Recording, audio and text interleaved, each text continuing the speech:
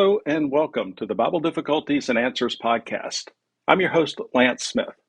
Today, we officially kick off Bible Difficulties and Answers. Two things that I want to add here at the start. First, we use the Big Book of Bible Difficulties by Norman Geisler and Thomas Howell as our launching pad each week.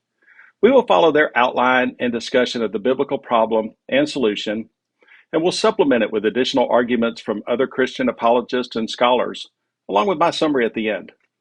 Second, I'll be using the New Living Translation Bible each week for its easy to understand language. I find it to be biblically solid and helpful for a podcast format. Show notes will include links to all we discuss. Are you ready to dive in? I am. Genesis 1:1. In the beginning, God created the heavens and the earth. Just 10 short words, but chock full of so much philosophical and scientific weight. First, some of my own thoughts here. When I ask people what the greatest miracle of the Bible is, I get answers like the resurrection of Jesus Christ, or the parting of the Red Sea, or Jonah in the belly of the great fish for 3 days, or the 10 plagues of Egypt pronounced by Moses, or Enoch and Elijah being taken into heaven before death, or the feeding of the multitudes from 5 barley loaves and 2 fish, or the turning of water into wine, and on and on. All are wonderful supernatural events, what we call miracles.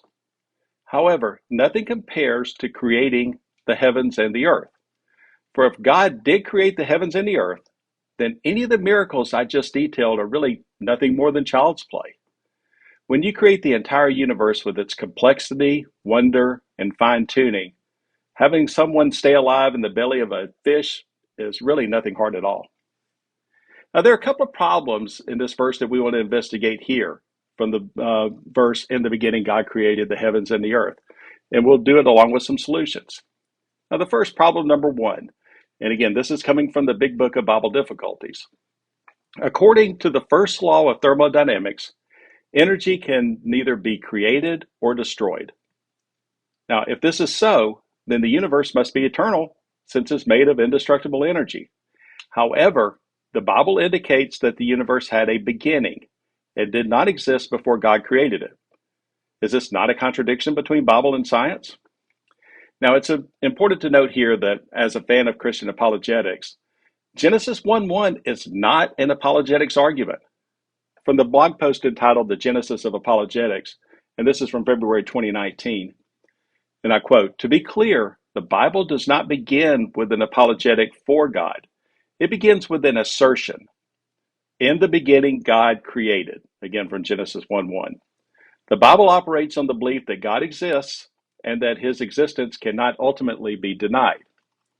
Hopefully now you can see why we spent so much time in the introductory episodes making the case for a theistic God and the case for the creation and fine-tuning of the universe. The first 4 words of Genesis are so very important. In the beginning, God. 2 things are apparent here from the author of Genesis. The universe had a beginning, and God was present.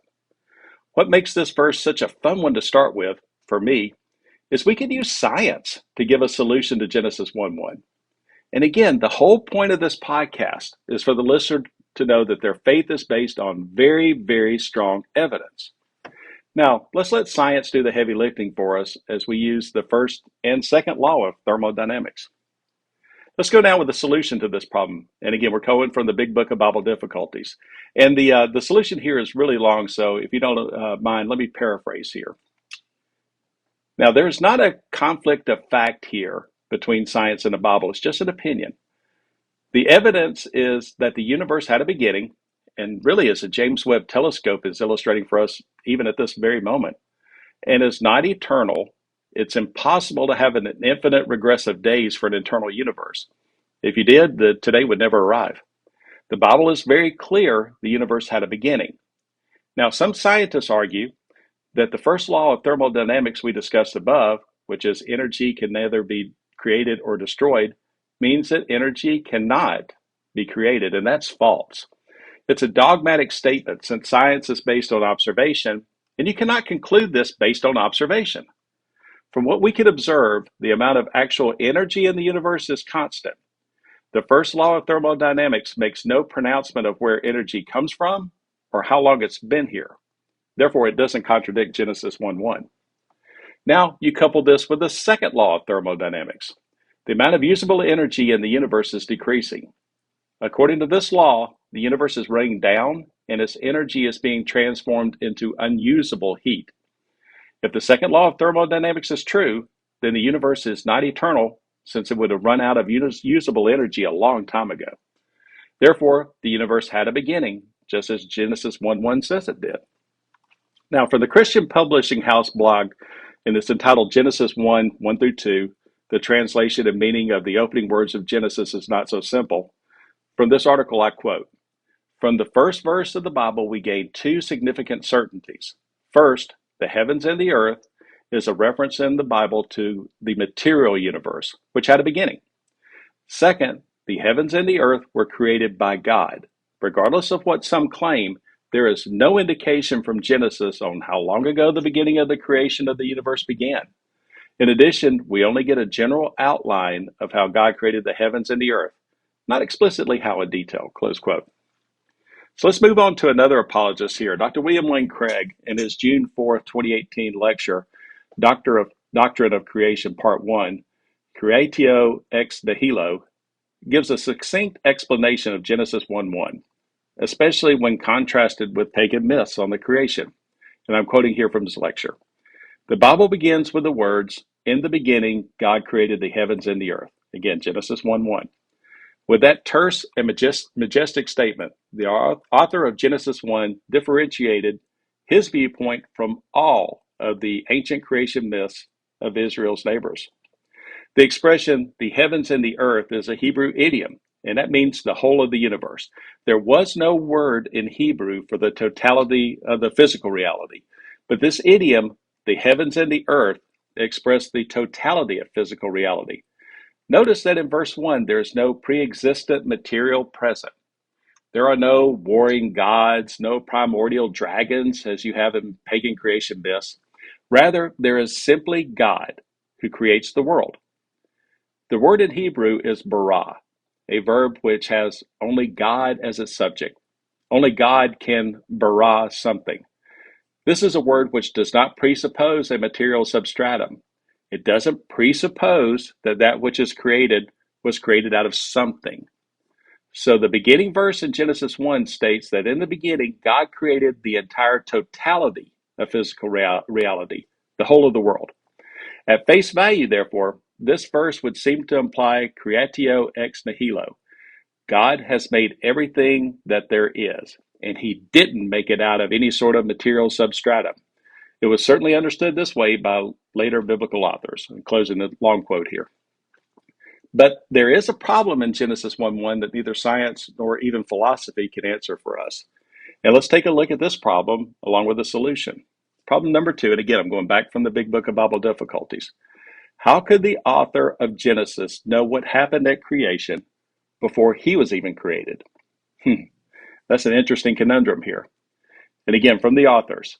Traditional Christian, I quote here, traditional Christian scholarship has maintained that the first 5 books of the Bible were written by Moses. The first 2 chapters of Genesis read as an eyewitness account of the events of creation. However, how could Moses, or any man for that matter, write these chapters as if he were an eyewitness, since he would not have existed at that time?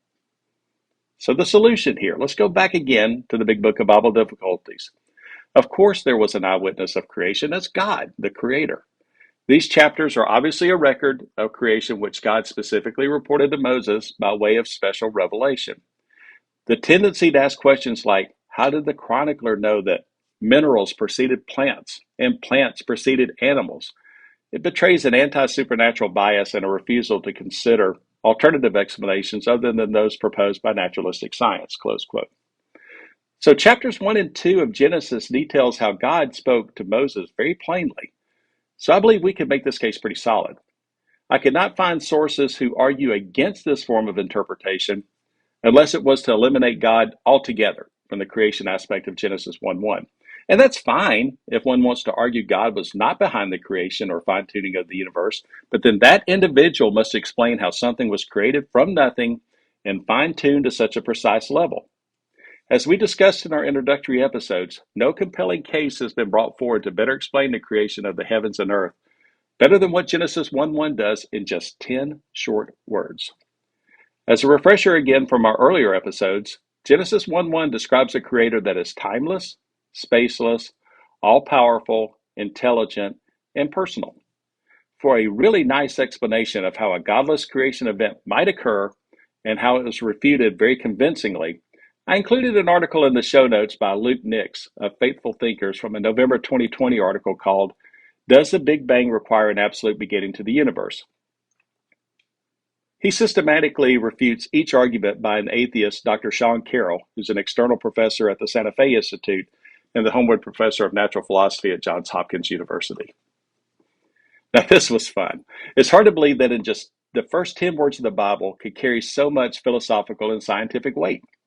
I hope you're left with some convincing explanations of how the universe was created by God, conforms perfectly to the first and second law of thermodynamics, and how the author of Genesis can know about an event for which he was not present.